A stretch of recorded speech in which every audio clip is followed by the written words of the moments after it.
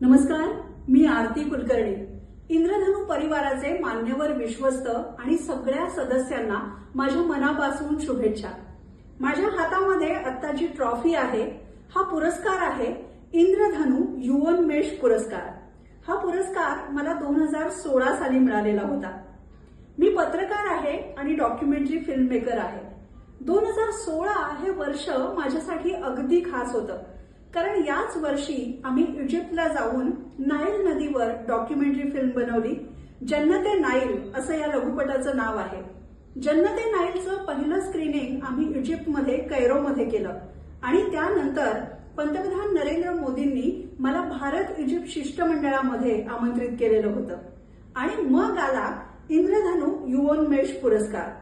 मी ठाण्यामध्ये राहते आणि ठाणेकरांनी माझ्या कामाचं केलेलं हे कौतुक माझ्यासाठी खूप आनंद देणारं आहे. ही ट्रॉफी मी अगदी अभिमानानं आणि मनापासून मिरवत असते. इंद्रधनु पुरस्काराचं हे 25वं वर्ष आहे आणि या निमित्तानं इंद्रधनुच्या सगळ्या उपक्रमांना आणि पुढच्या वाटचालीसाठी माझ्या खूप खूप शुभेच्छा.